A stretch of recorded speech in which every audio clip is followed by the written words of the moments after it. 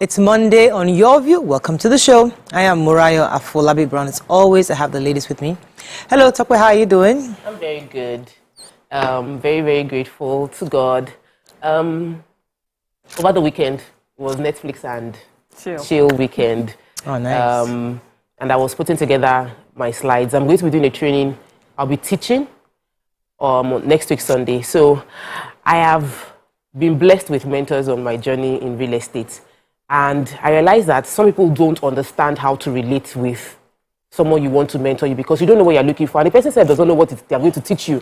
So there must be an intention with your building that relationship, and there must be a constant drive to water and then draw from the well of knowledge. So I'll be taking a mentorship. I'm launching a program, Women in Real Estate, and the goal is to mentor a very small group of people into moving from whatever field you're in into being an investor or a developer in the real estate space. You know, nice. So I'm excited about the opportunity. Well, that's fantastic. Good. I think, was it your mentor was in a church on Sunday, and he'll say there's one thing to have so much information, it's another thing to actually start having people you can actually mentor and teach. So you have all this knowledge, start sharing. So I think that's what you're doing right now. So you have a lot of knowledge, now you're sharing. Good. We're trying to do that. Alaja Nimat Akasha Zibiri. How are you doing? I'm grateful. I'm still behind my mothering duties. So most of us have been overworking and neglecting or shifting my mothering duties behind. But thanks to Miriam, we were able to start on Sunday. I had to cancel on Saturday. My children finally He's talking about got a swimming opportunity. So they're excited. In this cold weather? Yeah. It's okay. In fact, it's double for them because now they can cope. Because I was explaining to them a place they can go how water is warm when it's cold weather and how water is cold when it's hot weather, when it is beyond below the earth. So I was explaining well and all of that to them. They don't know all of that, but I'm grateful. I'm catching up small. This week, by Thursday, Friday, we're going to face our mother work duty. Let's go to school. That's good. They resume school. I've not been to school with them this week, term. I'm going to do all that I need to do this week, hopefully. How are you doing? I'm fine. Mariam? I'm good. So, talking about mothering duties, I was feeling so bad last week, like, am I resuming school? And I had not done any of the shopping for her. Anyway, I was able to ship her to school that Monday morning. Guess what? School did not resume until this Monday. So once I was behind, I was way ahead. But it was, good weekend. The boarder came home for the weekend, and then he's gone back. He was How was his birthday party? Oh, he had a little thing in school, in the hostel, so he enjoyed that. And then when he came back, he was rushing us, please, we need to go back. I was like, I'm telling you. So I have now relaxed. Before I was, a bit anxious, but now I'm relaxed. I'm like, you can sort yourself out. It's good, it's good. Yeah, my weekend, your kids came over. I mean, they had... when you have children, they are in their whole world. It's like their whole... I was worried. I was worried because they have no TV, have no internet. So I'm thinking, what are these kids going to do? But they found a way to sort themselves out. But that is valid. When my son or my kids go to other people's home, they have like all the games. Gadgets and all that. But we don't have that, and I don't recommend it for them. So what do you do to entertain their own friends when they come to your house? So that's what happened. I was worried. I'm like, your kids will have, because my kids, they know that, listen, play with yourself with the bricks. I have things that they read books. Well, they get tired sometimes of reading, they just play with bricks, or they play with themselves, The twins are always fighting. So I have to force them to be friends. So they have to force both boy and girl must be friends. So when the kids are come, I'm like, hey, what would they do? But eventually, because our neighbors too had kids similar ages, so they had shopping, all of them, they were like, house to house. And it was my help's birthday. We got her a cake and drinks. So there were lots of things to eat in the house. That's a full party. So it was a party. Okay, let's go on a break. When we come back, we go through the front pages of the papers. Stay with us. We'll be right back.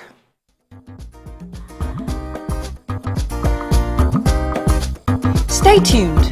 Your View will be right back.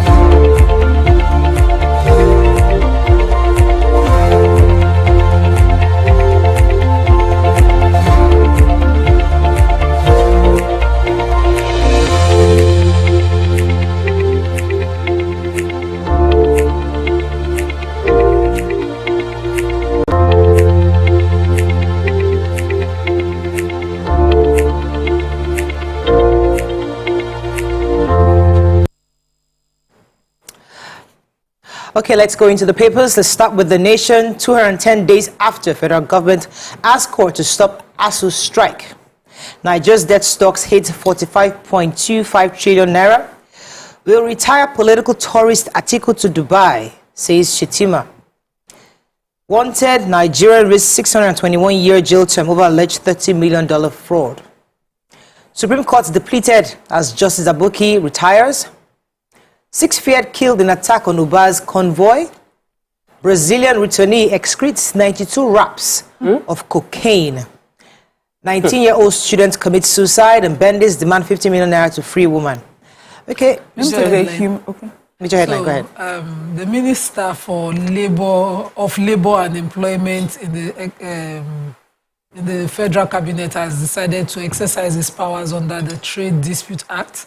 And on behalf of himself and the federal government, he has taken ASU to the National Industrial Court of Nigeria, asking the court to order ASU and their members to resume work immediately, 210 days after saying that it is costing and jeopardizing the national educational system.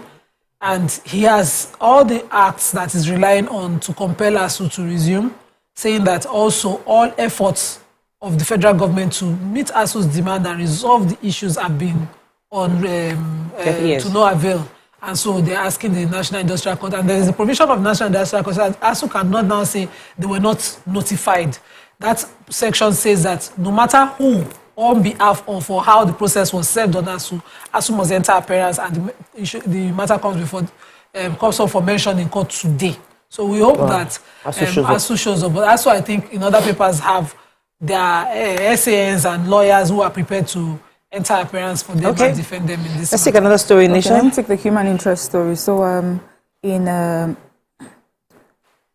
first of all, I'll take this 19-year-old student who, in Osun State, a 19-year-old student of Ipetu Ijesha College of Technology.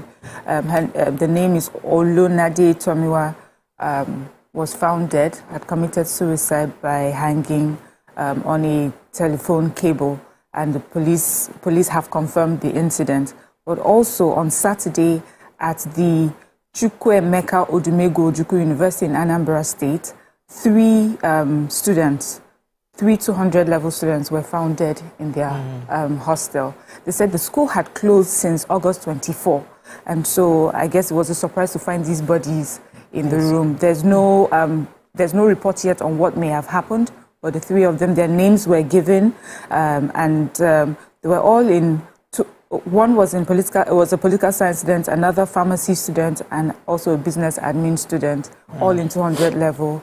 May their souls rest in peace, and hopefully find out what happened to them. Okay, let me take the story on a young 29-year-old Nigerian defended the New York State for $30 million.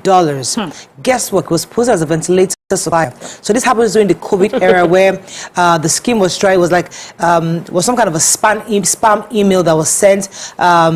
Say work from home jobs. When person responded to if you respond to the work from home job, they have a conspirator also in the US who posed as a medical supplier and equipment supplier. So you get a cut. The system was just kind of phony, but the idea was that they were able to get up $1 million on the first transaction.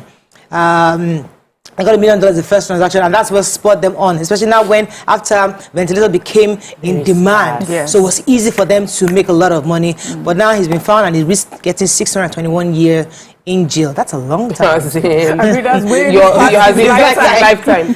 Another story. This one is actually the Brazilian. Sad. No, bandits demand 50 million naira to free a woman after giving birth. So this woman, they are a Kaduna-based family. They went to visit their mom, who went through a surgery and was recovering. So the 3 daughters were at home in the Mando outskirts of Kaduna. The father's name is Malam Abdulwahab Yusuf. These 3 daughters, his 3 daughters have been kidnapped. One of them heavily pregnant. This happened July 17th. She's given birth while in captivity without medical assistance or any human assistance. And the entire 4 of them now, that's 3 women and a baby, are still held in captivity. They were asked to pay 140 million naira as ransom, which they said they did not have. And now it's been reduced to 50 million, which they still don't have. So while they are crying out that the mother who they came to take care of that was able to walk After the kidnapping, she can no longer work without the aid, or she's now on wheelchair due to the trauma, and they are begging government to intervene, help them. People should help them raise the funds so that they can bring the mother and the child and the other daughters out of captivity. Moving on quickly now to the Punch. Federal government may lose 7.58 trillion to contract disputes and damages. Picture here: tribute as Queen Elizabeth's coffin arrives Edinburgh. Lagos school fence collapses, kills 2 pupils. Sans Prof to defend ASU before industrial court. FG loses 13.21 million barrels, oil worth 609 billion naira in 2022. And 500 senior doctors left Nigeria, says medical body.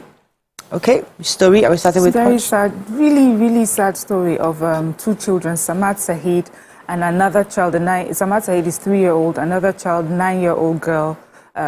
At the time of the reports, they couldn't get her name, but there's this school called Covenant Point Academy, and it has a fence, and they said this little boy, Samad Saheed, was playing just beside the fence. His mother's shop is right beside the fence, and he was playing in that area, and the fence collapsed on the poor child, and he died instantly. The 9-year-old girl had been sent on an errand. I was just walking past the area when the fence collapsed.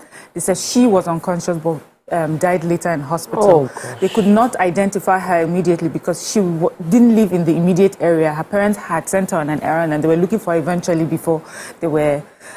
So the thing is, on further investigation, they found out that particular fence didn't have a pillar. They were just blocks stacked up on each other, and eventually, of course, this has happened. The government really they said the owner of the school has been arrested, and I guess more investigation, but this is truly, truly sad. And okay, let me take the picture story. So tributes, lots of mourners on Sunday lined up the streets as Queen Elizabeth remains made it on the streets of Edinburgh to pay their tributes to the late Queen. According to the story, I think today she'll be moving to London. So right now there was something called, she passed through the villages of Aberdeen and Dundee before making it to Edinburgh, which was yesterday, and a lot of mourners, people came to pay their last respects. A lot of tourists drove long hours to just come and see her. So based on this report, on Monday, the coffin will proceed down the Royal Mile to St. Giles Cathedral for its service of prayer, and then the King and the Queen Consort, we'll still talk about her another day, will come there to pay the last respects, and people in the house, those people who have worked in the palace, would also pay their last respects. We're waiting for it to then come. The coffin will then eventually come to London Tuesday evening, where it will be there for lying in state, where people can now come to pay their last respect to the Queen. And they've set the date for the actual funeral to be September 19th. So many world leaders are expected to be in attendance. A major headline. Let me go on a quick break. When I come back, we'll take the major headline. Stay with us. We'll be right back.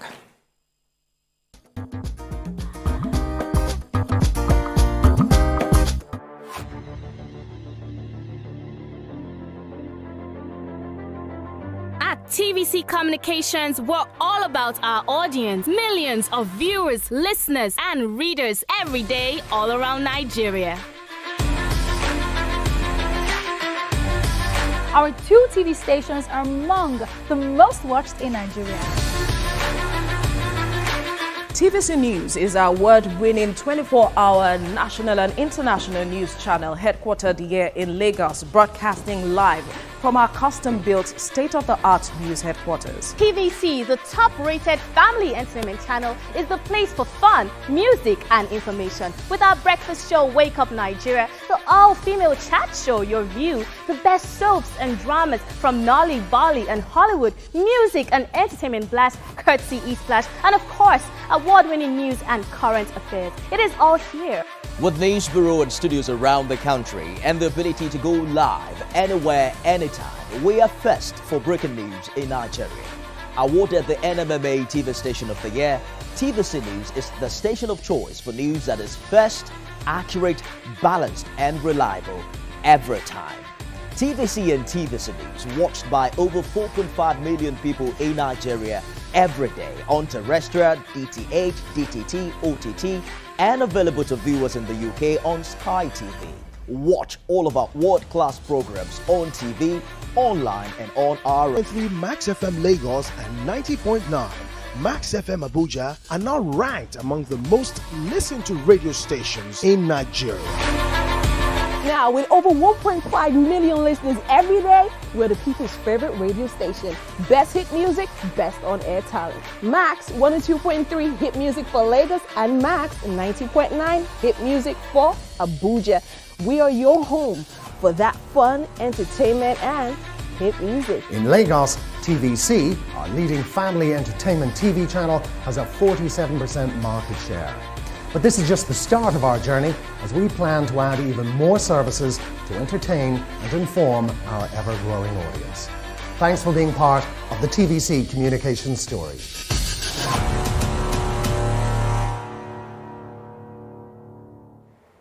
Come closer. A little bit more. Perfect. I have exciting news for you. You asked for it and you got it. Your favorite breakfast show, Your View, will be going to 2 hours. We're going to have in-depth analysis of the newspaper review and more conversations on the hot topics. The ladies of Your View and I will be stirring up our guests to get in-depth into all the various topics, and you, our viewers, will have the opportunity to call in and share your views. After all, it's Your View. Join us on Your View, 9 a.m. to 11 a.m. for a fantastic conversation. Don't miss it.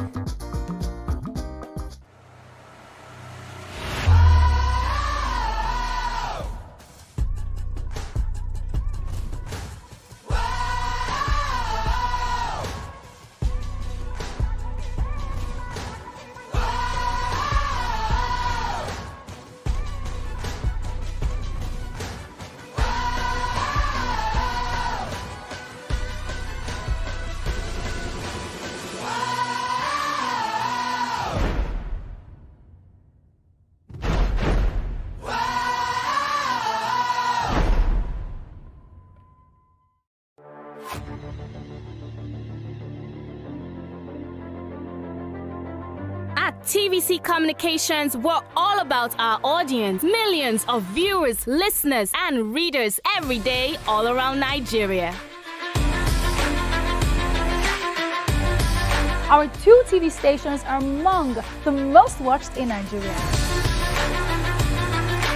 TVC News is our award-winning 24-hour national and international news channel headquartered here in Lagos, broadcasting live from our custom-built state-of-the-art news headquarters. TVC, the top-rated family entertainment channel, is the place for fun, music, and information. With our breakfast show, Wake Up Nigeria, the all-female chat show, Your View, the best soaps and dramas from Nolly, Bali, and Hollywood, music and entertainment blast, courtesy E-Splash, and of course, award-winning news and current affairs. It is all here. With news bureau and studios around the country and the ability to go live anywhere, anytime, we are first for breaking news in Nigeria. Awarded the NMMA TV Station of the Year, TVC News is the station of choice for news that is first, accurate, balanced, and reliable every time. TVC and TVC News watched by over 4.5 million people in Nigeria every day on terrestrial, DTH, DTT, OTT, and available to viewers in the UK on Sky TV. Watch all of our world-class programs on TV, online, and on our app.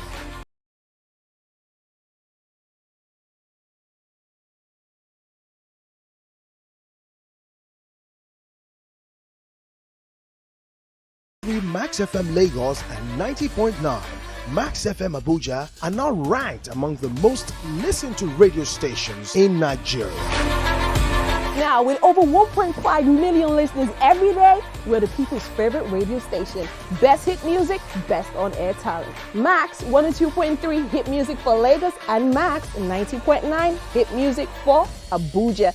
We are your home for that fun, entertainment, and hit music. In Lagos, TVC, our leading family entertainment TV channel, has a 47% market share. But this is just the start of our journey, as we plan to add even more services to entertain and inform our ever-growing audience. Thanks for being part of the TVC communications story.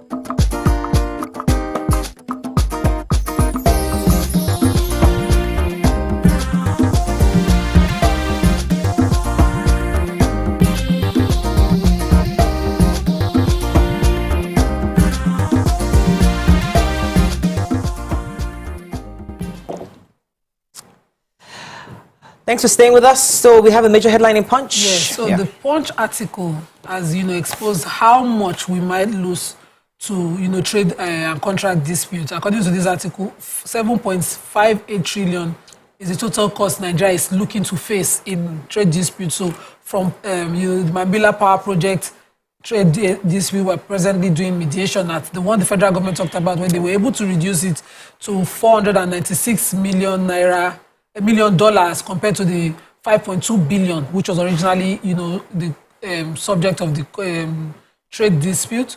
Those are issues that are resolvable at mediation, but there are some that are in courts, international courts abroad. There are some that are at alternative dispute resolution in all the international chambers of commerce across the world.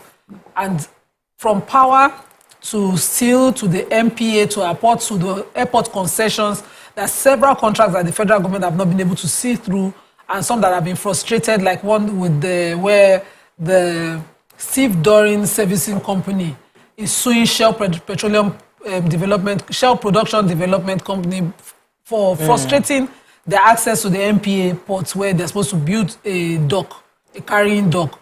And so these several contracts like that are outstanding, and the government presently is in dispute. But the Minister for Justice says that if there's any government that can resolve these issues favorably on behalf of Nigerians, is this government, and that they're on top of the situation. Okay, moving on quickly now to Daily Sun. Catholic Bishop direct churches to beef up security.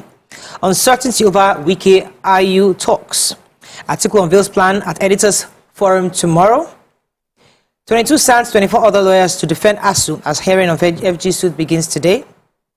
Ex-PPRO petitions Abia CP over detention of ex-police officer's wife and demand for 44,000 naira bail fee. All theft NNPCL loses $700 million monthly. Uba escapes death as gunmen attack convoy. Military security agencies comb hotspots in FCT. And nab 10 suspected terrorists, says informants. Okay?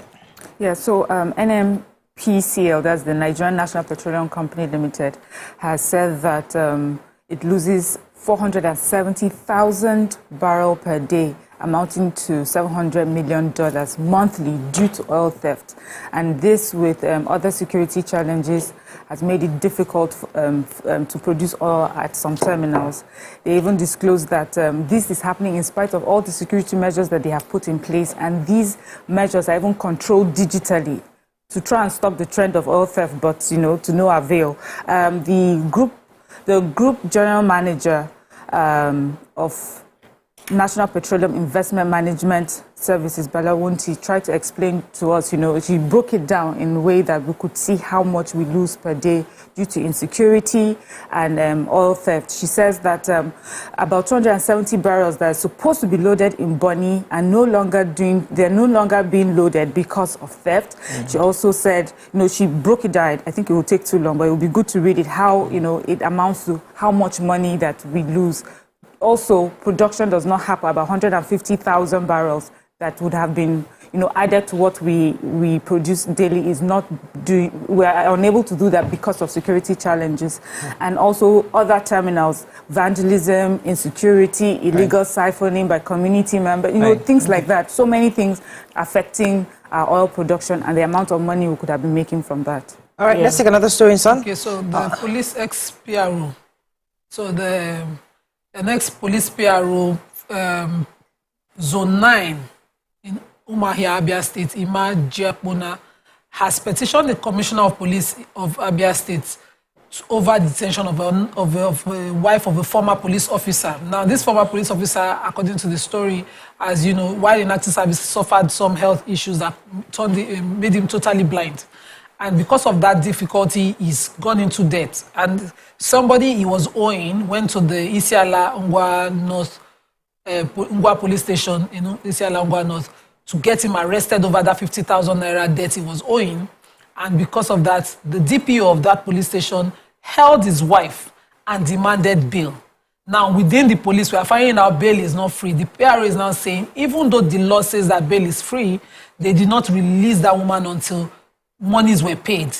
Over 30,000, the DPO asked for 30,000 naira bail, 4,000 counter money. They kept demanding money. The children were able to raise 10,000 of the money. And, the woman was held till this issue was petitioned. Right. Sadly, the DPO is denying.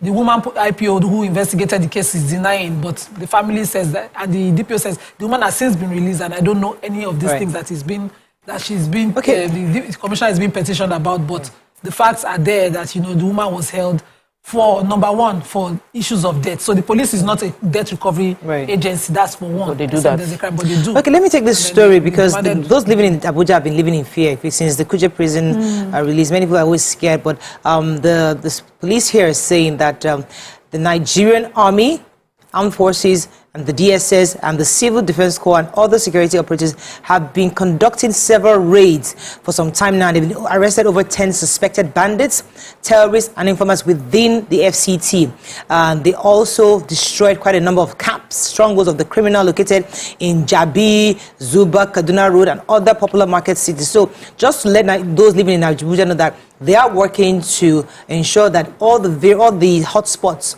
of terrorists within that zone are being arrested and taken down. The Catholic bishops, under the umbrella of Catholic Bishop Conference Nigeria, the president of the CBCN, Most Reverend Lucius Ugoji, was speaking at the Sacred Heart Pastoral Center, addressing the challenges many churches are facing. A lot of bishops, Catholic bishops, have been kidnapped. He said, "We are passing through what might be deemed as the darkest chapter of our history as a nation. Extreme poverty, soaring unemployment, spiraling inflation, collapsed economy with increased debt burden and worsening insecurity."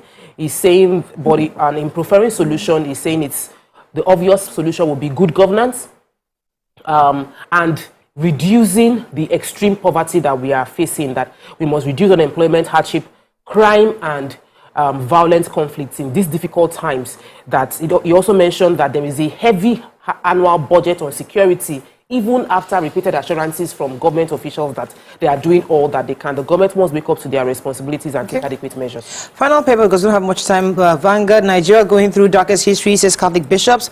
Undo court orders arrest of 2 self-acclaimed monarchs. Ifeanyi Uba's convoy ambush in Amrambra, many killed. Intense lobbying as APC, PDP, LP leaders form campaign councils. Kwakonso not stepping down for Atiku or Tinubu. And strike FG6 accelerated hearing of case against ASU. The senator, Ifeanyi Uba, representing Anambra South Senatorial District, unfortunately his convoy was attacked, by heavily armed men.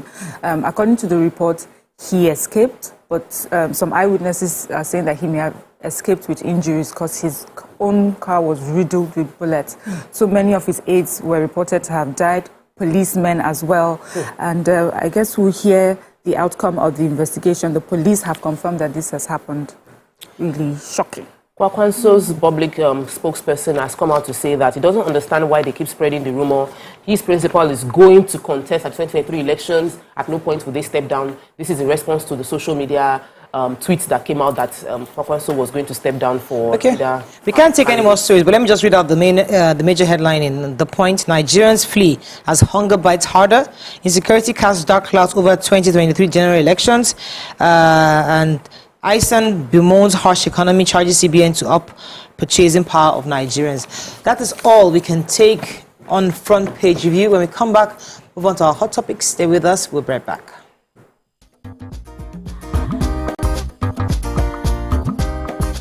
Stay tuned. Your View will be right back. Come closer. A little bit more. Perfect. I have exciting news for you. You asked for it and you got it. Your favorite breakfast show, Your View, will be going to 2 hours. We're going to have in-depth analysis of the newspaper review and more conversations on the hot topics. The ladies of Your View and I will be stirring up our guests to get in-depth into all the various topics, and you, our viewers, will have the opportunity to call in and share your views. After all, it's Your View. Join us on Your View, 9 a.m. to 11 a.m. for a fantastic conversation. Don't miss it.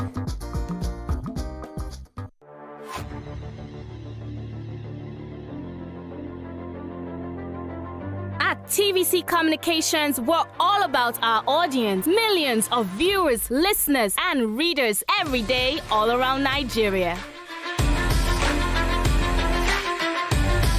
Our 2 TV stations are among the most watched in Nigeria. TVC News is our award-winning 24-hour national and international news channel headquartered here in Lagos, broadcasting live from our custom-built state-of-the-art news headquarters. TVC, the top-rated family entertainment channel, is the place for fun, music, and information. With our breakfast show, Wake Up Nigeria, the all-female chat show, Your View, the best soaps and dramas from Nolly, Bolly, and Hollywood, music and entertainment blast, courtesy E-Splash, and of course, award-winning news and current affairs. It is all here. With news bureau and studios around the country and the ability to go live anywhere, anytime, we are first for breaking news in Nigeria. Awarded the NMMA TV Station of the Year, TVC News is the station of choice for news that is first, accurate, balanced, and reliable every time. TVC and TVC News watched by over 4.5 million people in Nigeria every day on terrestrial, DTH, DTT, OTT, and available to viewers in the UK on Sky TV. Watch all of our world-class programs on TV, online.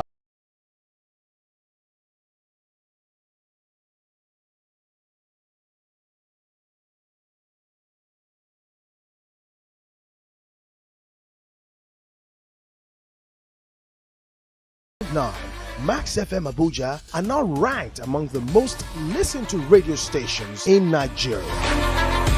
Now, with over 1.5 million listeners every day, we're the people's favorite radio station. Best hit music, best on-air talent. Max 102.3 hit music for Lagos and Max 90.9 hit music for Abuja.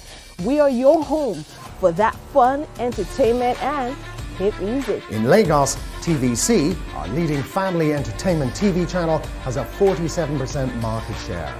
But this is just the start of our journey, as we plan to add even more services to entertain and inform our ever-growing audience. Thanks for being part of the TVC communications story.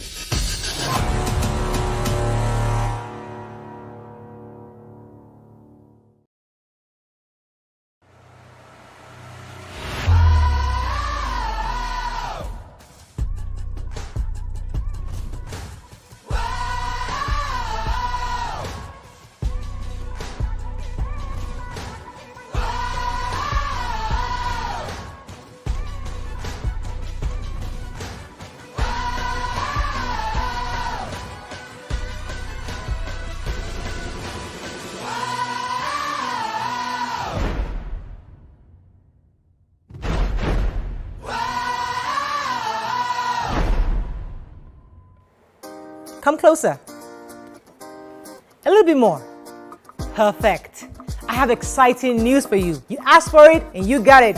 Your favorite breakfast show, Your View, will be going to 2 hours. We're going to have in-depth analysis of the newspaper review and more conversations on the hot topics. The ladies of Your View and I will be stirring up our guests to get in-depth into all the various topics, and you, our viewers, will have the opportunity to call in and share your views. After all, it's your view. Join us on Your View, 9 a.m. to 11 a.m. for a fantastic conversation. Don't miss it.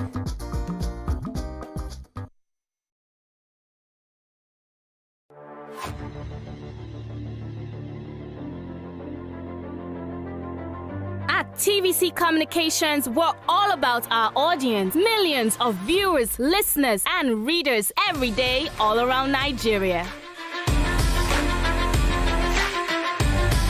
Our 2 TV stations are among the most watched in Nigeria. TVC News is our award-winning 24-hour national and international news channel headquartered here in Lagos, broadcasting live.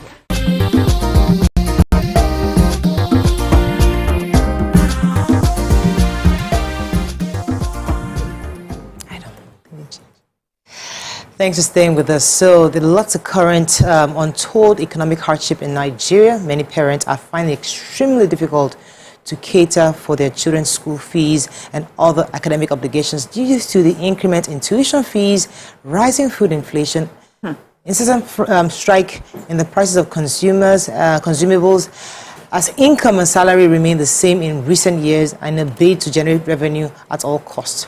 Now, many are complaining and people are worried that the rising cost is making it difficult for them to even meet their academic obligations for their children. What are your thoughts on this? What are your experiences? Have you experienced this? Later on the show, we'll be having the president of the National Association of Proprietors of Private Schools, Chief Yomi Udubara, will be joining us in a moment. But first, we'd like to hear your own views on this. You can call us on the numbers on your screen. Tope, let me start with you. And this conversation is always difficult for me because as I'm growing and working with the Ministry of Education and so I have some information. I'm thinking to myself, okay, yes, we would like to complain about the fact that things aren't getting better. People are not earning more. School fees seem to be increasing. But the question is, how do you think we can cope? Especially because everywhere we know, people pay for education. Education is not cheap. Over the years, education in many countries is not cheap. But in our own country, education is subsidized. A lot of times, our public schools are subsidized. And what we are paying, if we see the equivalent to other economies, even within Africa, we see it's almost nothing. But we keep complaining. Though, as I said, rise of inflation, obviously, is not making us earn as much anymore. So what do you think we can do? We need to unpack it. Primary education, globally, because it's seen as basic education. Yes. If you don't get it right at primary, you'll be churning out, your citizens will not be able to add value to your economy if they don't get that basic foundation. That, for me, in every serious economy, should be free. Absolutely. And it should be quality free. And in many serious economies, it is quality free.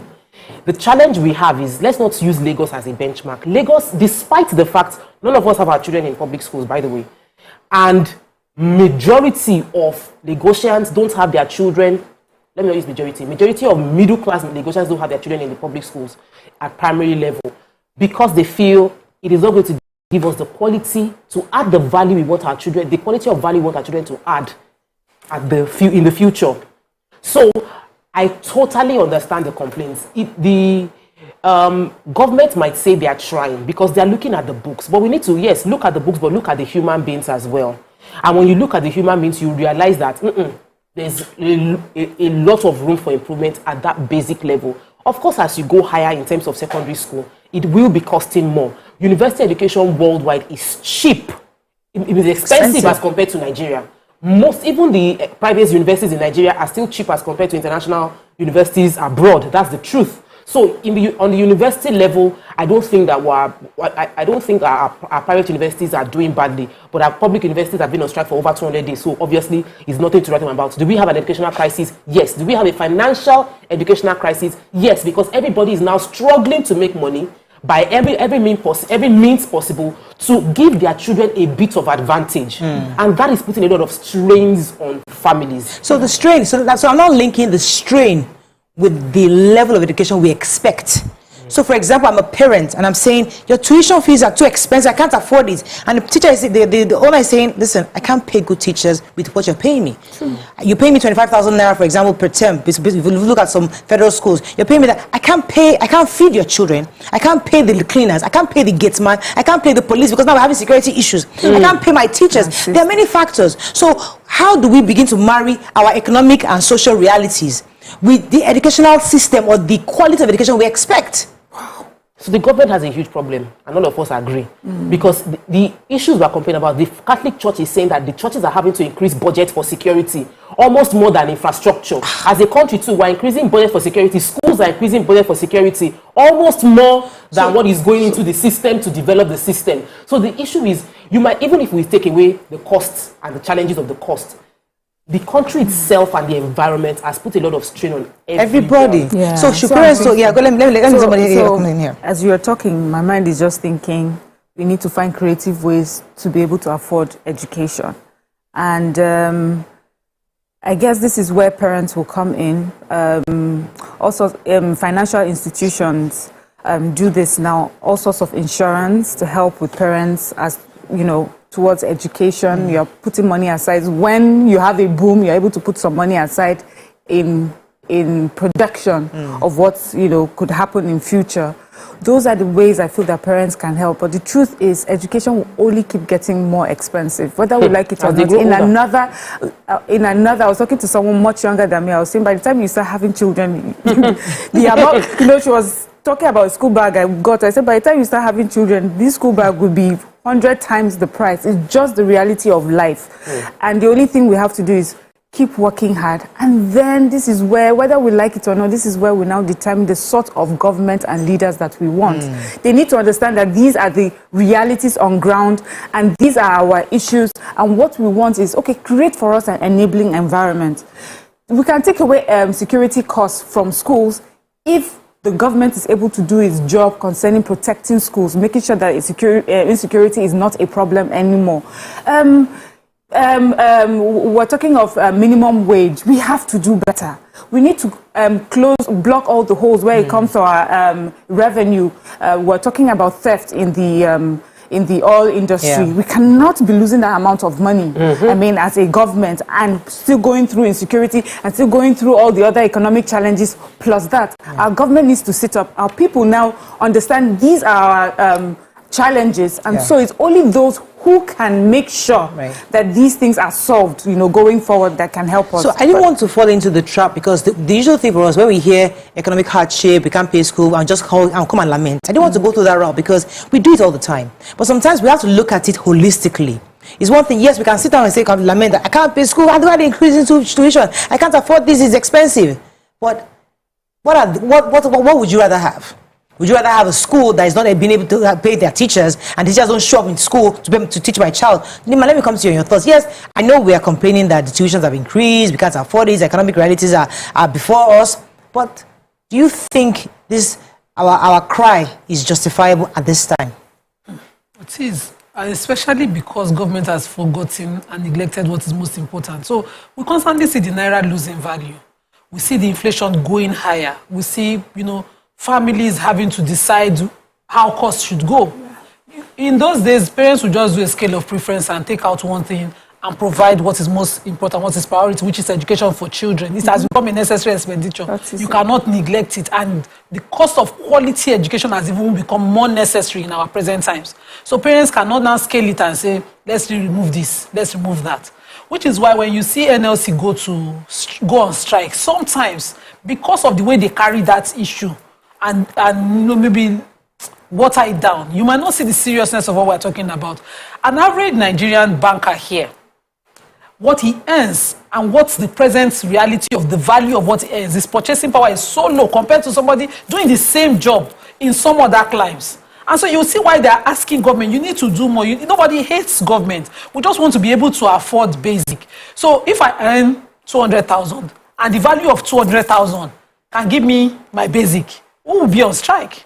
The lecturers presently are saying federal government is proposing a 23% increase, which will put them at 800,000. They're saying, because the reality is that as a lecturer, maybe by the time you get to professorship, your first child is already in university. If you put the value of quality university education, which is not here, on that money, you can afford it, except you are cutting corners.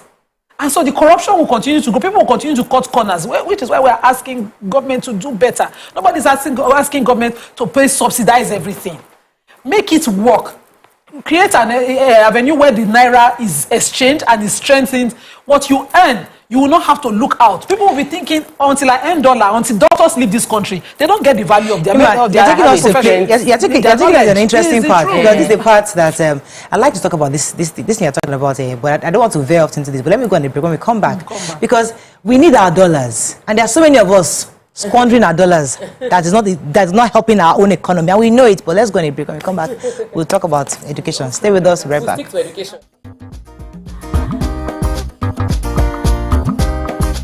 Stay tuned. Your View will be right back.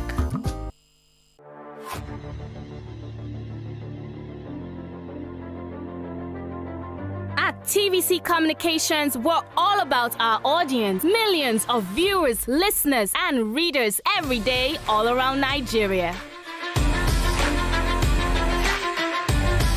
Our 2 TV stations are among the most watched in Nigeria. TVC News is our award-winning 24-hour national and international news channel headquartered here in Lagos, broadcasting live from our custom-built state-of-the-art news headquarters. TVC, the top-rated family entertainment channel, is the place for fun, music and information. With our breakfast show, Wake Up Nigeria, the all-female chat show, Your View, the best soaps and dramas from Nolly, Bali and Hollywood, music and entertainment blast, courtesy E-Splash, and of course, award-winning news and current affairs. It is all here. With news bureau and studios around the country and the ability to go live anywhere, anytime, we are first for breaking news in Nigeria. Awarded the NMMA TV Station of the Year, TVC News is the station of choice for news that is first, accurate, balanced and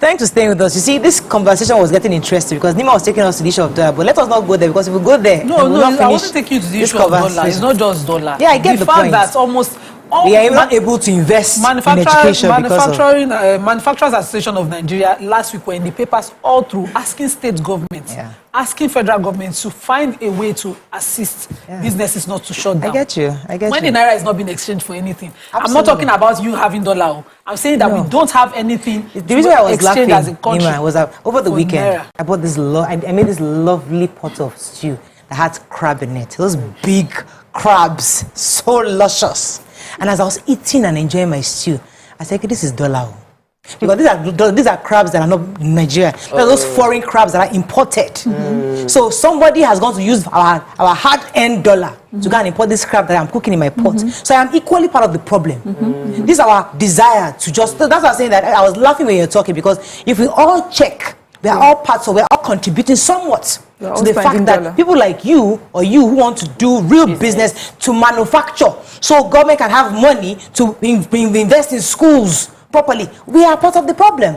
But let's not go there. Let's go back to education. Education. So here is one thing that I find very confusing. I realize that a lot of parents groan and complain out of thinking that it is the most expensive school that will give my children the best foundation.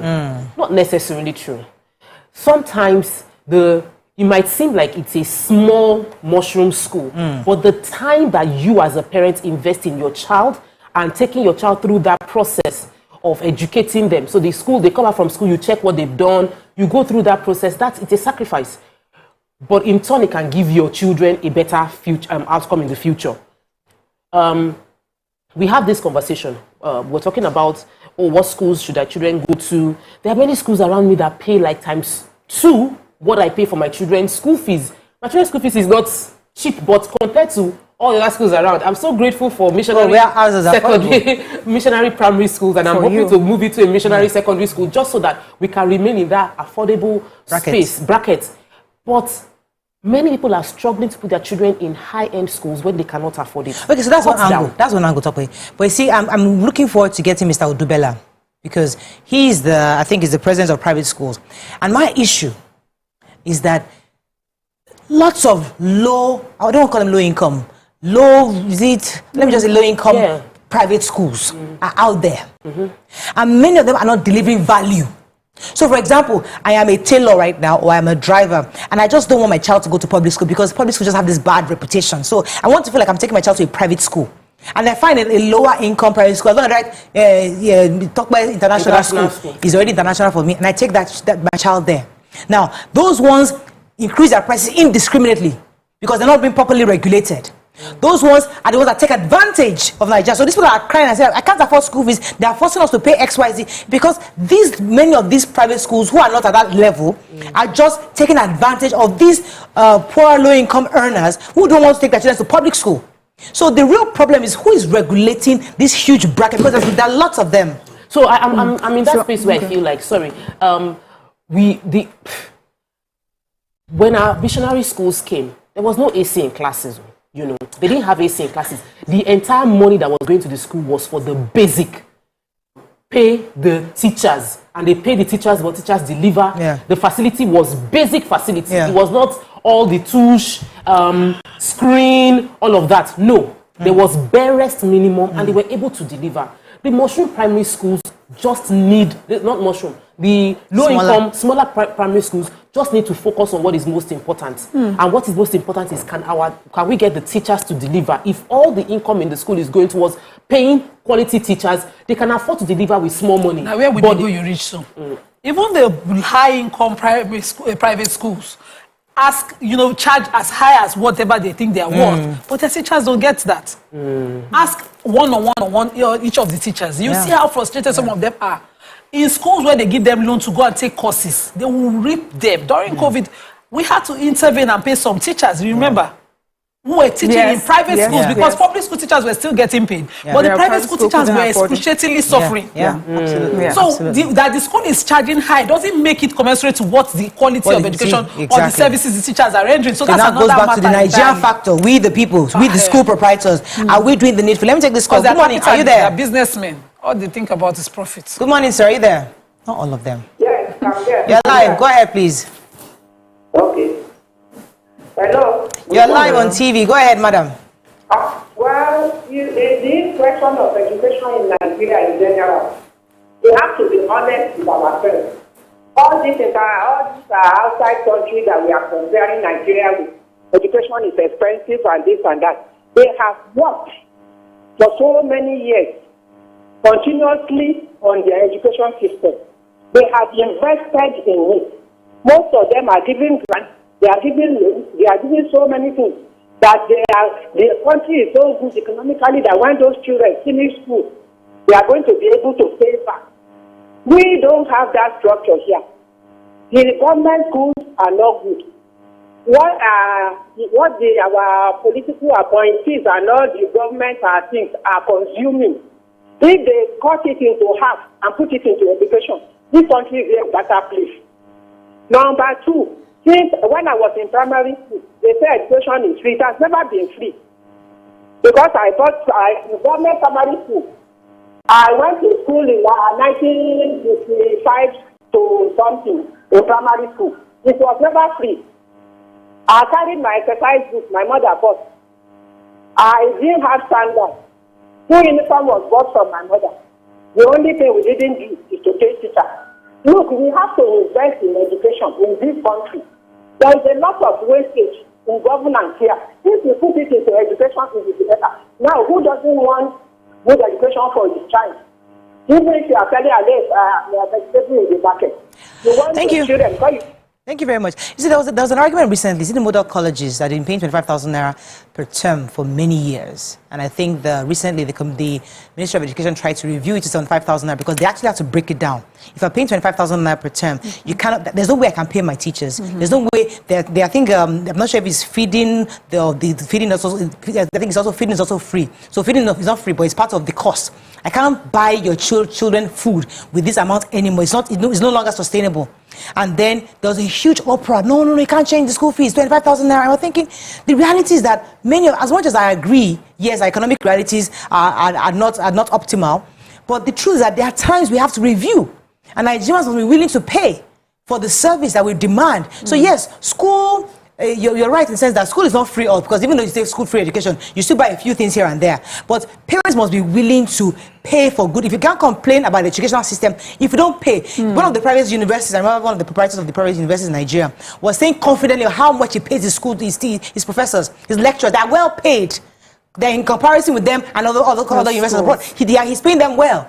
So now they can't go on strike because they have a functional university. Yes. But it's actually saying the same thing, that you're not paying us in comparison. But what you're paying us is not commensurate to what our counterparts are earning across board. So yes, she's right. We're not investing in education. But what is the role we also are playing in this matter? Yeah. So if you talk about, so that is why people would go to more expensive schools.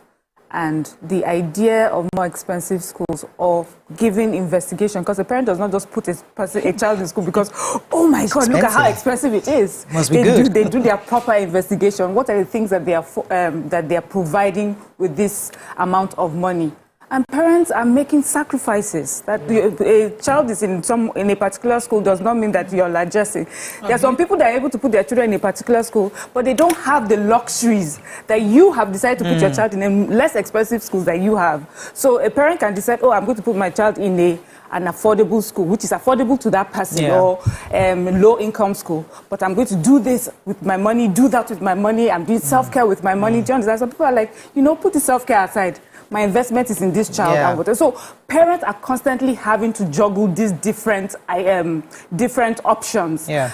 And whether we like it or not, good education costs money. Whether we like it or not, teachers that do their best and give their best usually are in schools that pay them, what they are worth. Yeah. You have dissatisfied teachers, you have dissatisfied workers in school where, they are supposed to be doing so well.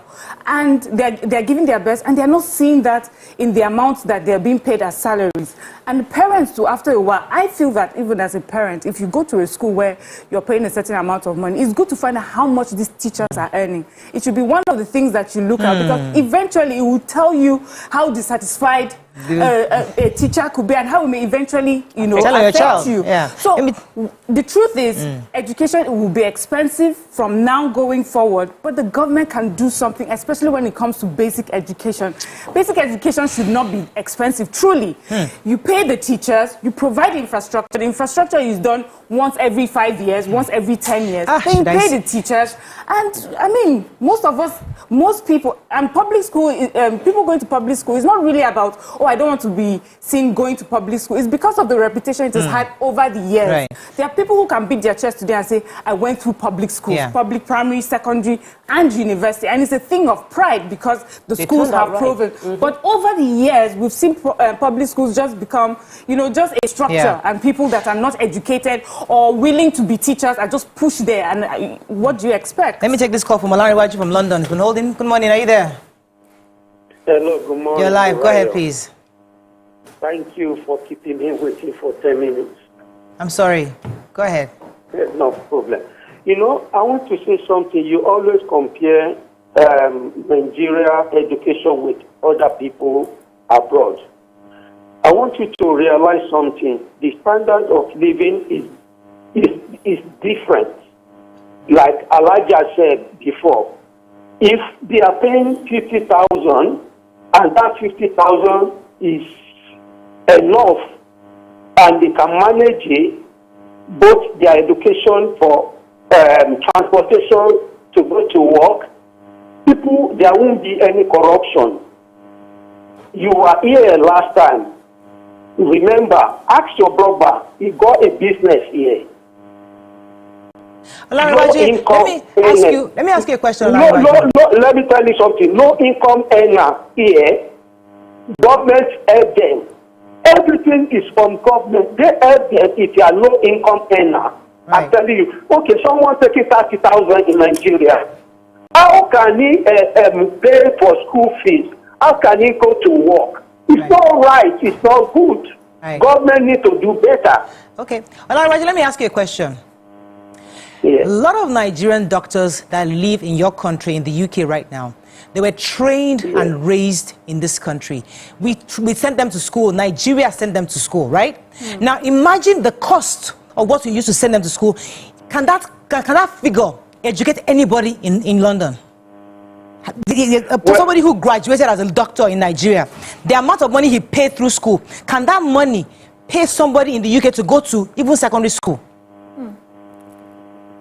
That's the conversation we're having. So what I'm saying is that we're not comparing economies. What I'm saying is that if you want us to improve education, there's a part of the government, the smallest and easiest and cheapest conversation is say, it's government's fault. Yes, that's a given. A 2-year-old baby will tell you that. Standard.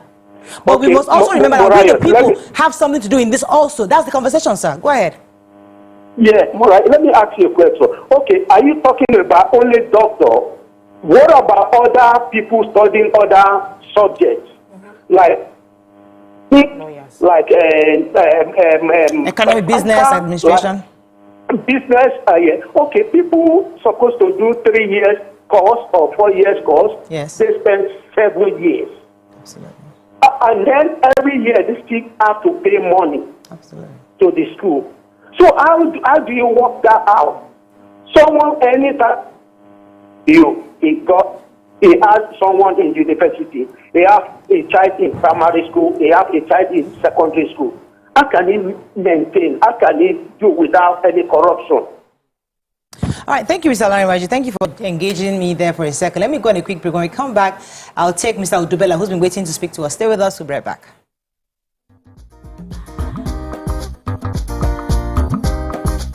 Stay tuned.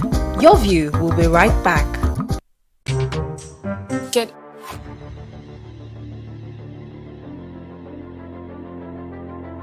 At TVC Communications, we're all about our audience. Millions of viewers, listeners, and readers every day all around Nigeria.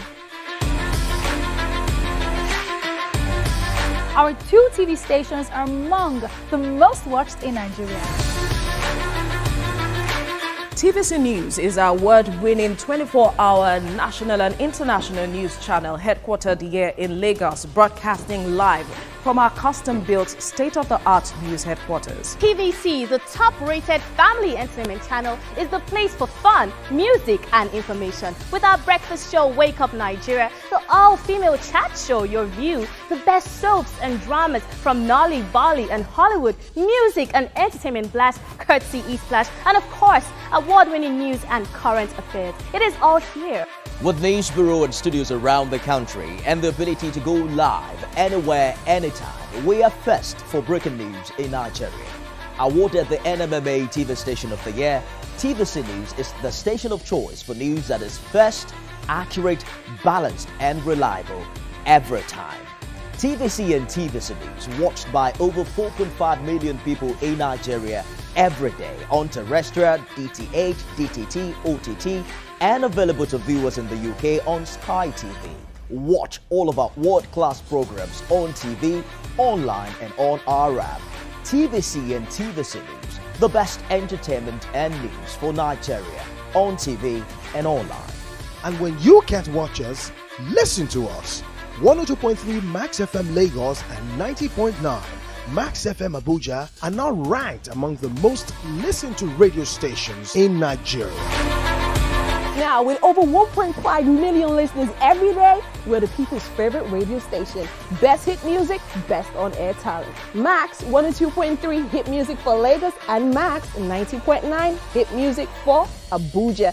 We are your home for that fun, entertainment, and hit music. In Lagos, TVC, our leading family entertainment TV channel, has a 47% market share. But this is just the start of our journey as we plan to add even more services to entertain and inform our ever-growing audience. Thanks for being part of the TVC communication story.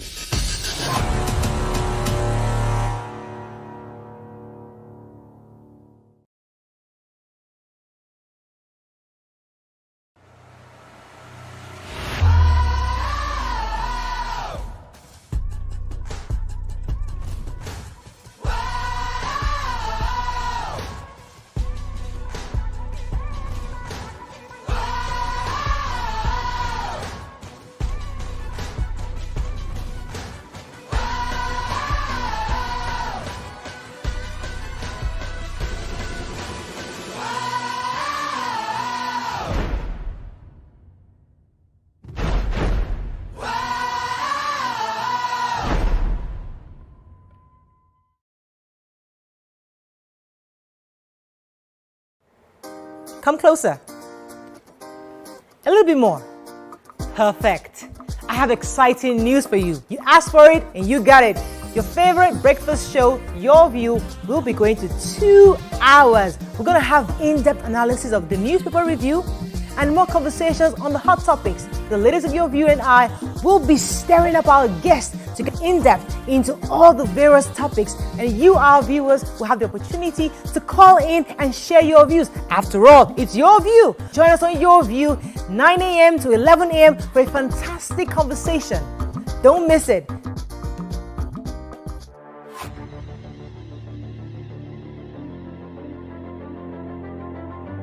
TVC Communications, we're all about our audience. Millions of viewers, listeners, and readers every day all around Nigeria. Our 2 TV stations are among the most watched in Nigeria.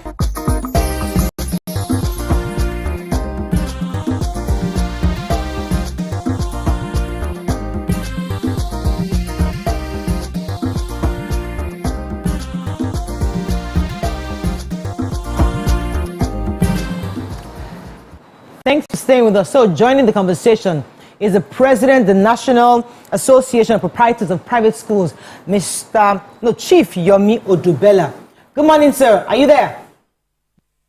Good morning. Thanks for having me. Yes. So there are a few layers we've been talking about before you came in. We're talking about cost of schools have increased and parents are complaining because they can't afford the these increments in tuition fees, school books, and all the various things they need to pay in schools. That's the one end.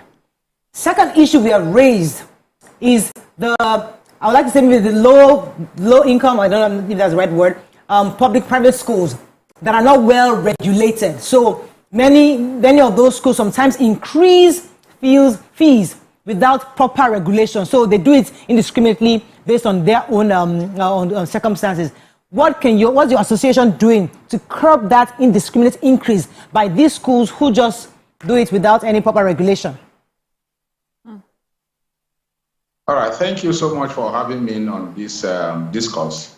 I want to start from the last questions that has to do with school regulation. Predominantly, regulation of schools, generally both private and public, is the statutory role of government under the Ministry of Education, then with the Department of Quality Assurance. And they are saddled with the responsibility according to the law, and they are to ensure that all schools, both public and private, follow the laid down minimum rules and regulations. We can only do an oversight function. The oversight function is to call government attention to any shortcomings that is witnessed in any of these schools, and this we have done to the best of our knowledge through engaging government in several fora, through our national conferences, through meeting with the Ministry of Education of all the states and including the federal government, through the National Council on Education, that is the highest policy making on education in Nigeria.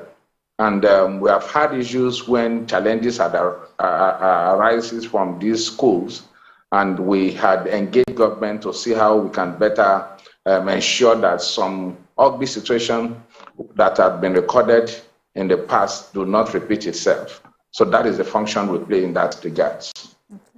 Okay. So there are a few things. You already said that you're more of oversight duty. If somebody was to report a primary school or a secondary school to you that the classroom is overpopulated and the price jumped maybe like 100% increase, if they report to you, what can you do? What will be the process for you? How can you influence or help the parents who find themselves in a situation where they were paying 50,000 naira and then just within a term they are moved into 100K and the class capacity is increased, they feel it's not going to deliver quality to their children? Yes. Funny enough, we had not recorded any of such reports of indiscriminate increase of private schools. There is a natural tendency of controlling the issue of demand and supply in a free economy like ours. Government had made the opening of private school so open for those who can afford to put in place the minimum standard. So in fixing fee, the natural tendency of demand and supply dictates what fee an average school can charge. And we have seen many schools, private in particular, that have closed down their operations because their income could not meet up their day-to-day operational costs. And they could not have the power to increase beyond what they are currently charging. So this has made some of these schools to close down shop and dispose of their facilities. So these tendencies is what controls what individual school can charge, because government has so much given that opportunity for opening of private school to be open to all as sundry.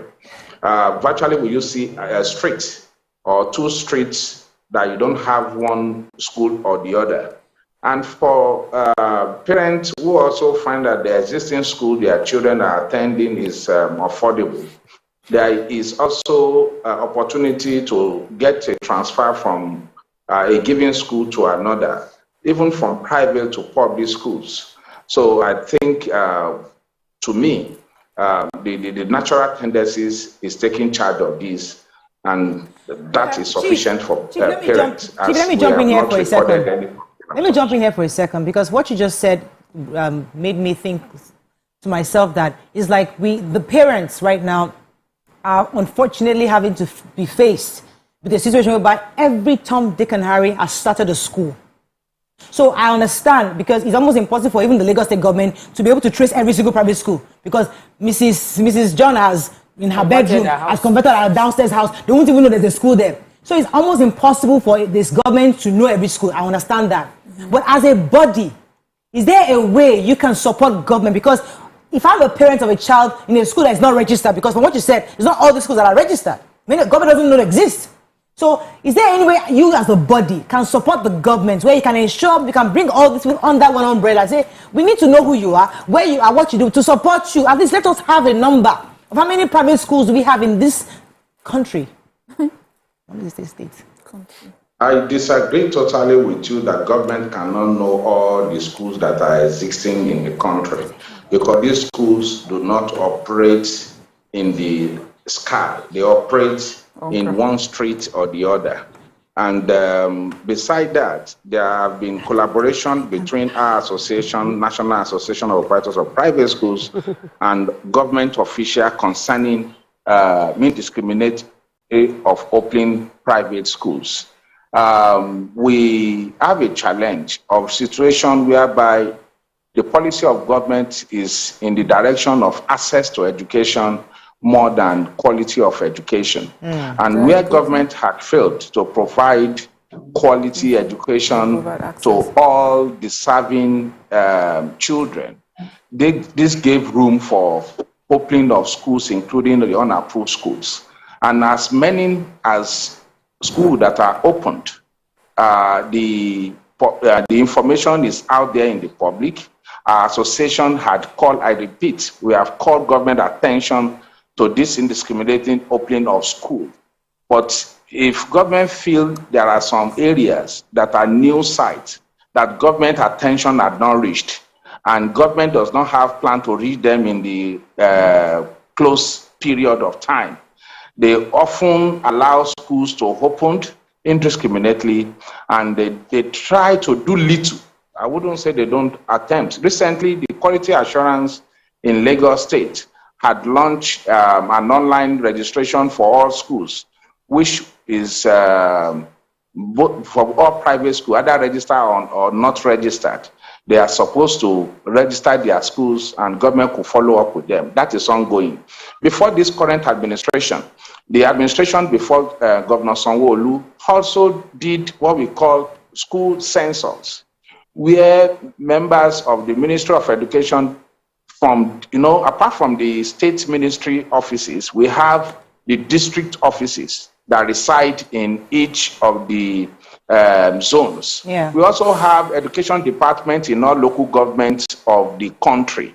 So it is possible for this team to come together to do what we call education census, to know where this school exists. Recently, Universal Basic Education from Abuja, with their counterpart in each state, the state's Universal Basic Education course, SUBEB, work in conjunction with UBEC, the federal counterpart, work with private school, National Association of Proprietors of Private School, NAPS, works with individuals that are into education, NGO, and they conducted population of all learners, teachers, schools, and facilities that are available. This is published on Universal Basic Education website, you could assess that and see the number of schools that exist, both registered and unregistered. So government have this information and they can deal with this situation. Let me go on a quick break. When we come back, we continue with this. Stay with us. We'll be right back.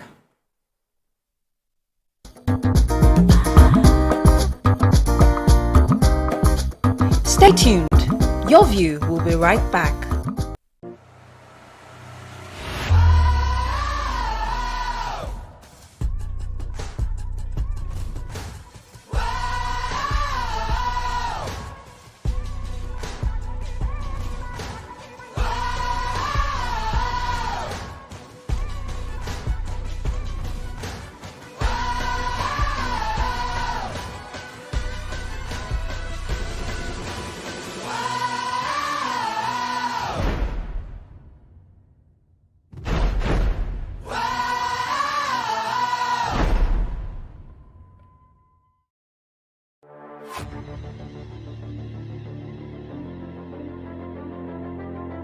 At TVC Communications, we're all about our audience. Millions of viewers, listeners, and readers every day all around Nigeria. Our 2 TV stations are among the most watched in Nigeria. TVC News is our award-winning 24-hour national and international news channel headquartered here in Lagos, broadcasting live from our custom-built state-of-the-art news headquarters. TVC, the top-rated family entertainment channel, is the place for fun, music, and information. With our breakfast show, Wake Up Nigeria, the all-female chat show, Your View, the best soaps and dramas from Nolly, Bali, and Hollywood, music and entertainment blast, courtesy Eastplash, and of course, award-winning news and current affairs. It is all here. With news bureau and studios around the country and the ability to go live anywhere, anytime, we are first for breaking news in Nigeria. Awarded the NMMA TV Station of the Year, TVC News is the station of choice for news that is first, accurate. Come closer. A little bit more. Perfect. I have exciting news for you. You asked for it and you got it.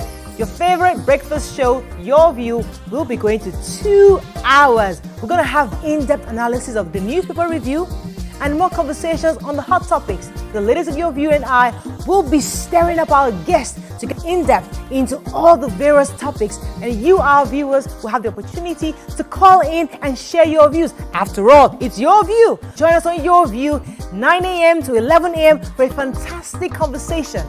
Don't miss it.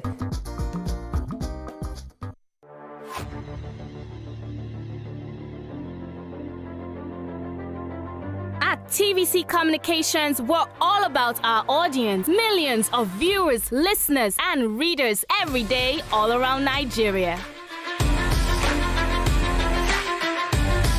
Our 2 TV stations are among the most watched in Nigeria.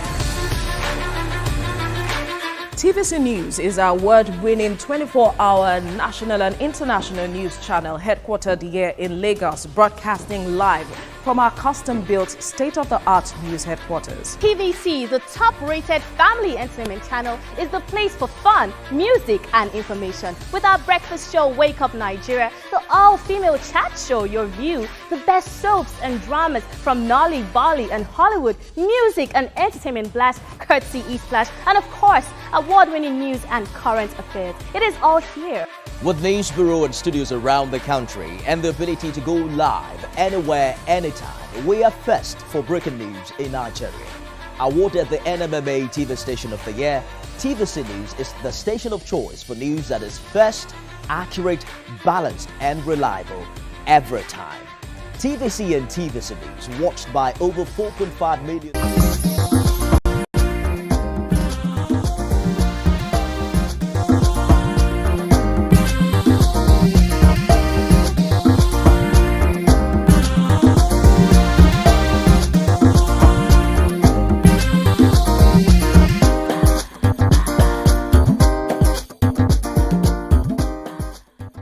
Thanks for staying with us. We're still talking very quickly on education, and we still have Chief Odubela with us. Nima, Miriam had a question. Final one, please. I wanted to ask Chief Odubela if, the factors that we consider here is why school fees will just continue to go up? Is it just that inflation as is going up, what is affecting? Is it just cost of production, or as schools invest in their school, whatever the cost they invest, you know the way they say it, that's gata kind of thing. So is it because I put in new features in my school? Say it in English. That I'm sure he understands. I don't know. We don't understand. Maybe because you put in new features, you renovate your school, and because of that, school fees must go up, or just that the cost of inflation and the way the economy is what is influencing the increments. Chief, did you Thank you so much, if I'm permitted to speak on. Yes, go ahead.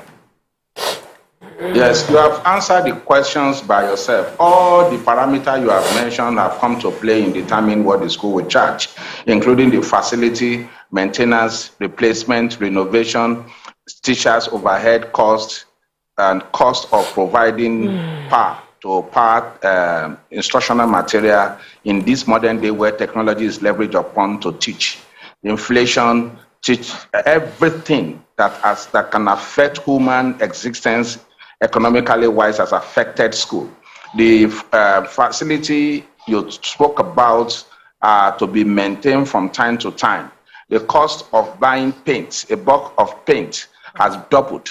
The cost of the artisans who apply this paint had tripled. The cost of maintaining teachers in school had gone so much. So everything had been affected, including the cost of producing books, which has affected the cost of textbooks too.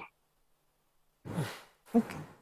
Well, so at the end of the day, really, we've not really solved the problem. But the point is that school fees will continue to increase, and obviously, our economic realities are such that many people can't afford it.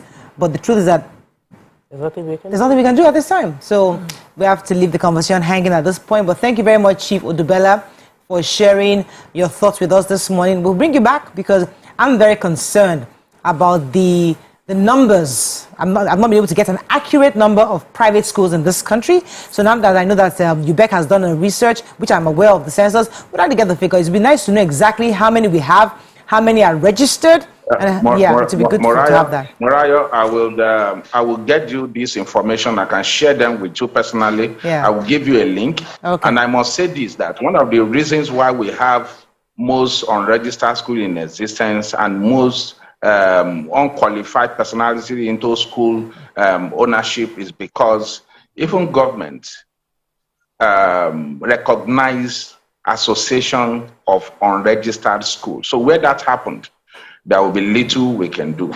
Thank you for having me once again. Right. I will always be available. Thank you. Let's go on a quick break. When we come back, we're bringing a special guest. Stay with us. We'll be right back.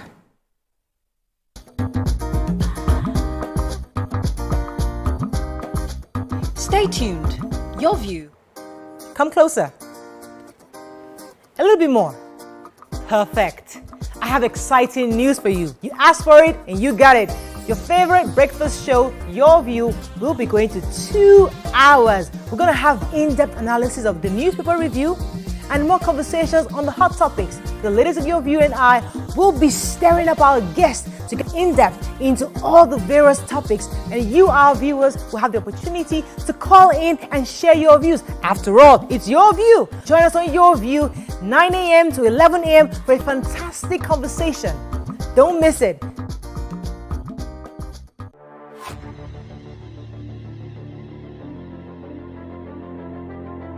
At TVC Communications, we're all about our audience. Millions of viewers, listeners, and readers every day all around Nigeria. Our 2 TV stations are among the most watched in Nigeria. TVC News is our award-winning 24-hour national and international news channel headquartered here in Lagos, broadcasting live from our custom-built state-of-the-art news headquarters. TVC, the top-rated family entertainment channel, is the place for fun, music, and information. With our breakfast show, Wake Up Nigeria, the all-female chat show, Your View, the best soaps and dramas from Nolly, Bolly, and Hollywood, music and entertainment blast, courtesy East Flash, and of course, award-winning news and current affairs. It is all here. With news bureau and studios around the country and the ability to go live anywhere, anytime, we are first for breaking news in Nigeria. Awarded the NMMA TV Station of the Year, TVC News is the station of choice for news that is first, accurate, balanced and reliable every time. TVC and TVC News watched by over 4.5 million people in Nigeria every day on terrestrial, DTH, DTT, OTT, and available to viewers in the UK on Sky TV. Watch all of our world-class programs on TV, online and on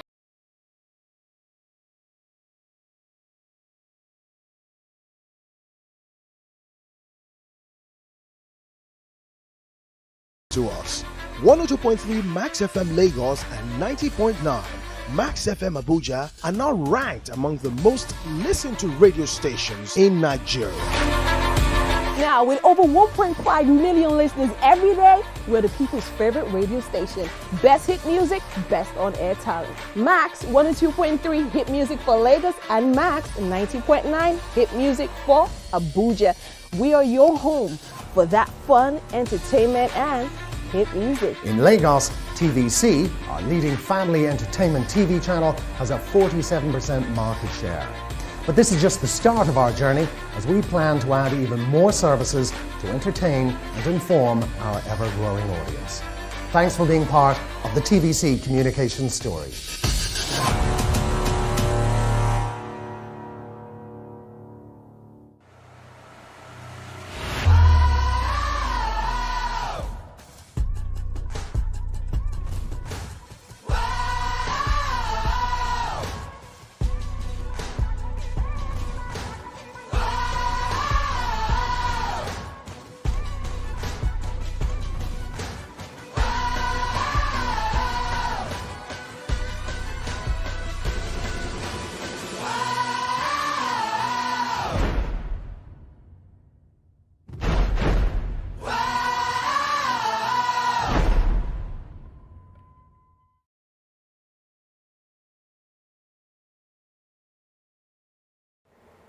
Come closer. A little bit more. Perfect. I have exciting news for you. You asked for it and you got it.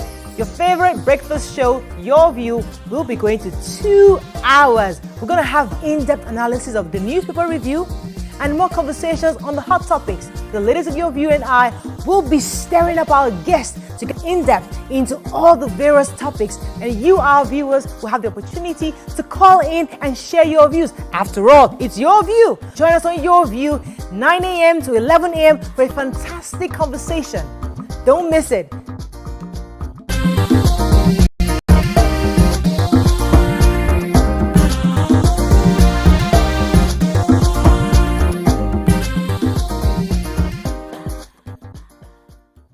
Thanks for staying with us. So join us on the show is the Senior Special Assistant to the President, Planning and Coordination and Coordinator, Imagine Nigeria Technical Secretariat, Larry Shashay. Welcome to the show. Thank you. Good to have you. So we heard about your role, and we're thinking to yourself, planning and coordinating what exactly? Because we know that your project came to the fore during COVID. Tell us a bit about that. Well, really, so my role supports policy broadly, and as you mentioned, one of the and basically supporting and incubating high priority projects in the Office of the Vice President. And Imagine Nigeria is one of those, and really was something that we worked on during COVID, basically. Because, as everybody knows, the COVID pandemic provided an opportunity, I think, for everyone to reset, because everything had to shut down first. So we thought for the country, this provided an opportunity to think about how we want to see the progress of the country over the next 30 years. So it provided that opportunity to reset, think about it. What are our goals? What do we see for the future of Nigeria?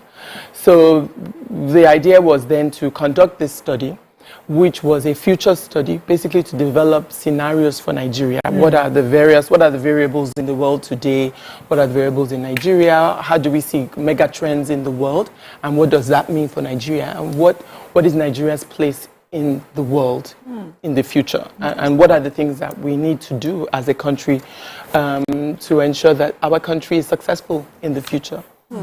There's so many the general consensus, I don't have particular data, but there just seemed to be a lot of unhappiness about the state of affairs in our country, the insecurity, and so many, and many times people express this, and I hear others say, the more you express negativity, the more negative things would happen.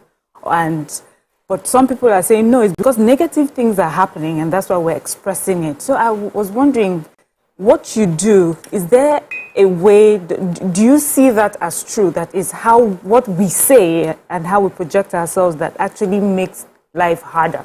Or that we have issues on ground, we really do have challenges, and these challenges, until they're solved, Nigerians will not have the hope that their country will be better. So what you say is exactly right. I think it's half and half. So, of course, you have to be realistic about the issues. You have to be pragmatic about the issues that you have in your country. But a big part of it is also how we see ourselves. What are the stories that we tell ourselves?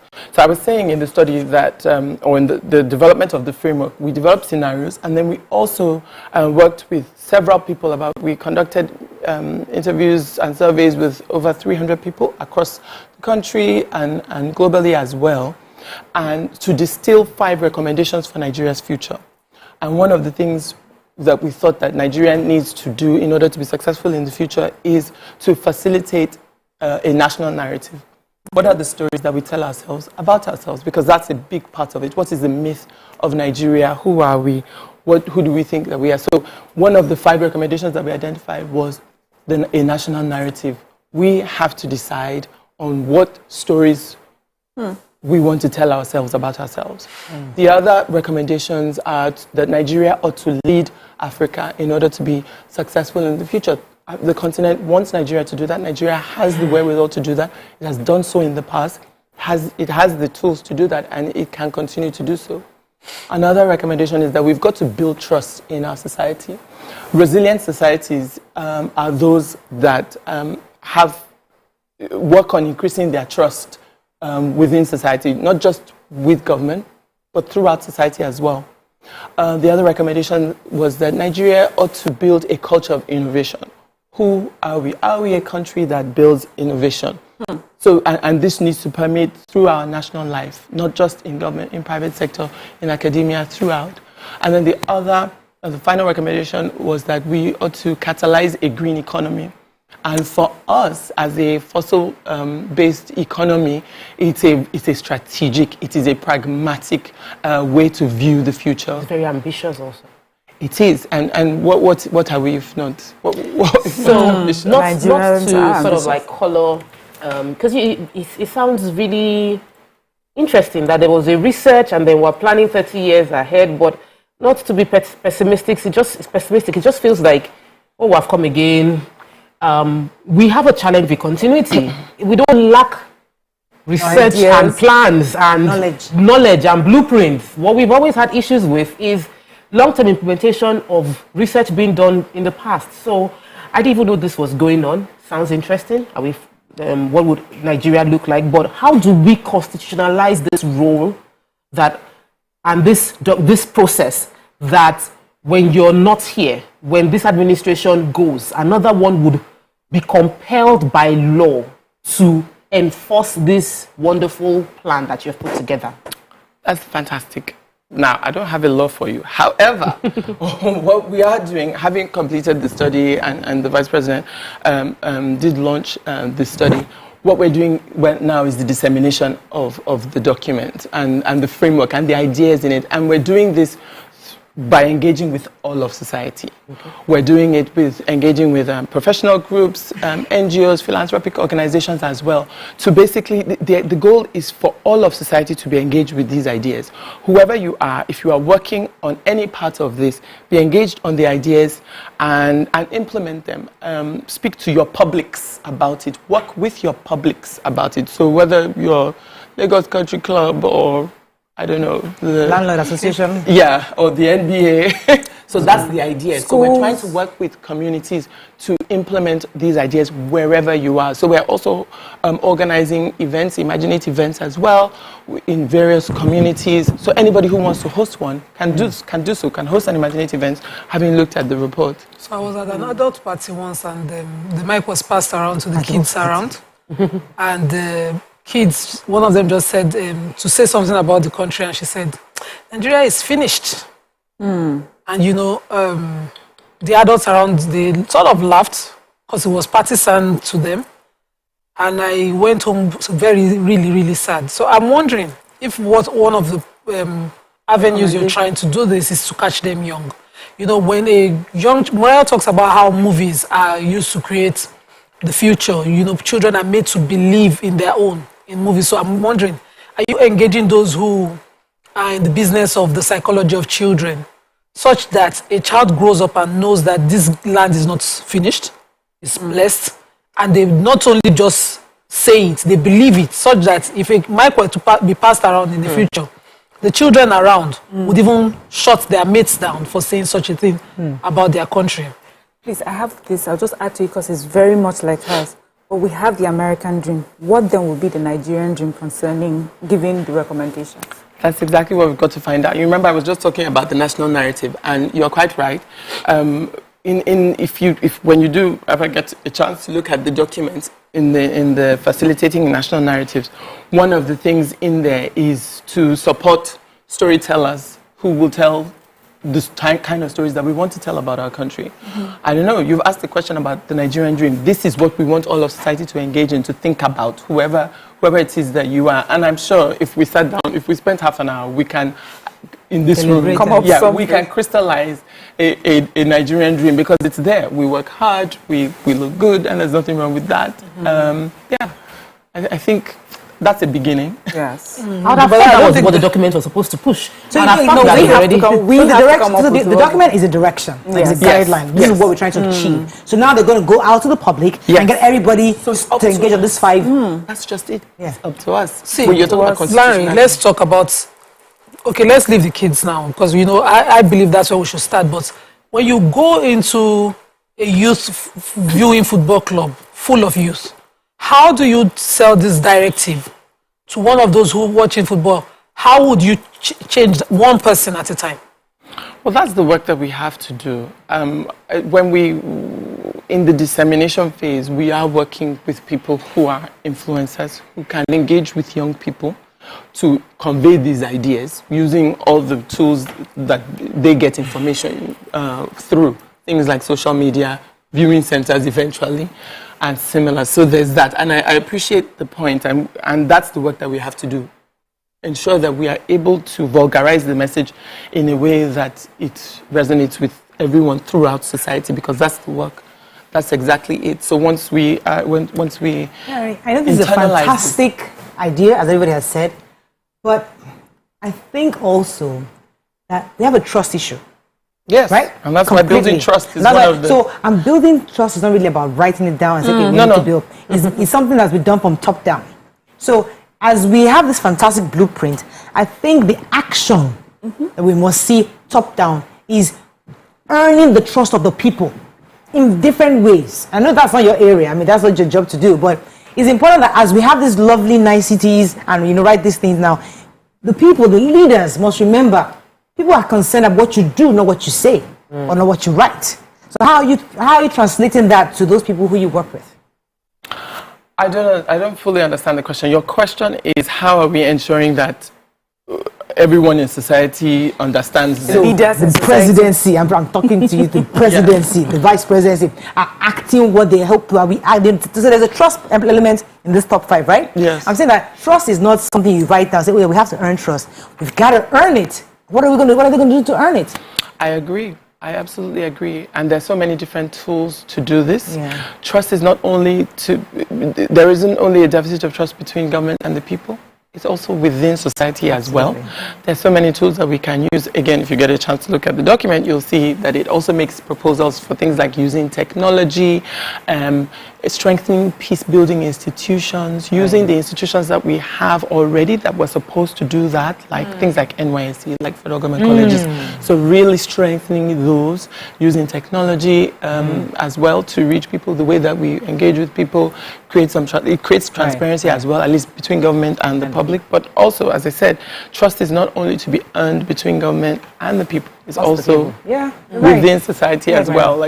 So one of your recommendations, you mentioned innovation. Yes, building a culture of innovation. Fantastic. And we're here talking about how to translate documents to reality implementation. Yes. And we're talking about millions of children out of school.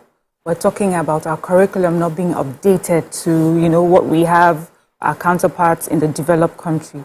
So in the document, I know we haven't seen it yet, but could you give us what the tools are to bridge the gap between innovation and the current state of our education right now? And also, what's the role of the National Orientation Agency in this?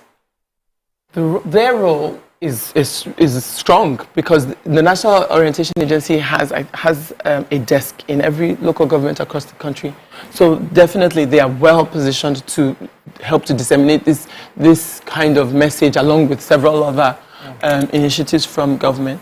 You were talking about innovation and how we can use it in education. Is that the question? And again, that's exactly it. Right. Innovation is how, that's exactly what we want to use to put into our educational system, to mainstream the way that we mainstream it into our educational system. That's just, we want to orient ourselves and our society to be one that builds a culture of innovation.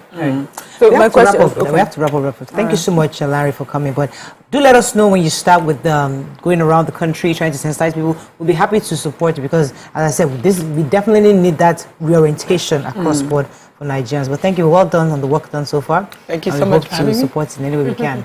Thank you. Thank you. Okay, so we have Who Wants to Be a Millionaire? Watch this before we wrap up. You want to go and try? Of course. All right, let's try for 20. Let's go.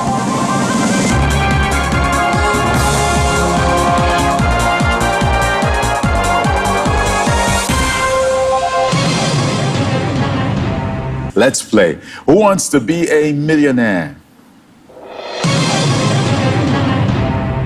Question 1 is for 5,000 naira, Zamai. Good luck to you. The trachea is also called the what? Windpipe, wind vane, windfall, windscreen. Windpipe. Windpipe is correct. Good start. You have 5,000 naira. Question number 2 for 10,000. Zamai, here it is. What is the capital of Nigeria? Praia, Bissau, Monrovia, Abuja. Abuja. Abuja is the correct answer. You have 10,000 naira. Question 9 for 250,000 naira. Now you're doing well so far. You have come up to the 8th question for 150. You have 150 now. So let's increase it to 250,000. This is where it gets very interesting. Question 9. Esquire can be appended to the name of which professional? Doctor, lawyer, engineer, architect. Lawyer. Why do you say lawyer? I don't think it can be doctor. Doctor already has a name at the front, Doctor so and so. Same thing with engineer. Engineer, let's say engineer. Engineer, somewhere. Same thing with architects. Then lawyer has barrister at the front. But I think it also has Esquire at the end. So final answer, lawyer? Yes. Final answer, lawyer.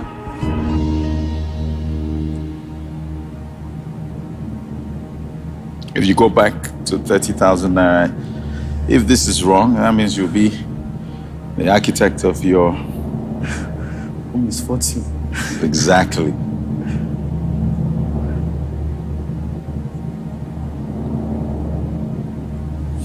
It wasn't doctor. It wasn't engineer. What about architect? Yeah. As you made that quote just now, I had second thoughts. You had second thoughts about architect, right? Yeah, but... architects was not correct. You were correct. You have 250,000 naira, and that's great. 250,000 naira. That's it. Esquire is an honorary title that is placed after a practicing lawyer's name. Great. Question number 10. For 500,000 naira, you have phoned a friend. Good luck to you, Zamai. Let's see this. Who invented the windshield wiper? Carol Jemison, Marie Curie, Mary Anderson, Grace Hooper. Oof. All of them are lady names, so definitely a lady. That helps.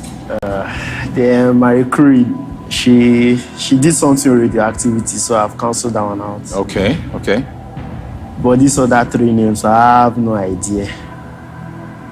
Okay. Yeah. What about your phone friend? Do you think they will have an idea? I think I just have to try. Yes, we have to try. What's their name? Fred. His name is Fred. Fred. Let's put Fred on the line, please. Hello, Fred. My name is Frank from Who Wants to Be a Millionaire. How are you doing? Hi, Frank. I'm good. Okay, all right. So Zamai asked me to call you. He wants you to answer a question for him, okay? Okay. All right. Is there somebody there watching over you, making sure you are not looking elsewhere for the answer? Yes, there is. All right. Okay. So, Zamai, I have Frederick there. He is waiting for you to ask him a question. You can do that in 30 seconds, asking him and him answering and telling you what he thinks the right answer is. Good luck. 30 seconds. Your time starts now. Yeah, hello, Fred. Who invented the windshield wiper? A. Carol Jemison, B. Marie Curie, C. Mary Anderson, D. Grace Hooper. Definitely not Marie Curie. I don't think it's Grace Hooper. No, not Grace Hooper. So which option do you think? One of the other two, but I can't be sure. It's a 50-50 guess. Oh, wow. Okay, no problem. Yeah, so same thoughts. I'll walk away. You walk away? Yeah. Final answer? Yes, final answer. All right, you walk away with 250,000 naira. Well done, good play. Okay, I have established that you have 250,000. Now, tell me, if you wanted to really try, which option looks appealing to you? Grace Hooper. Grace Hooper. If you went with Grace Hooper, Marie Curie wasn't right. Yeah. Carol Jemison wasn't right. Mary Anderson was correct. So Grace Hooper was wrong. Yeah. It was a good thing that you didn't go for that. You would have. So that's all we can take on the show today. Have a great Monday. We'll see you tomorrow. Bye for now.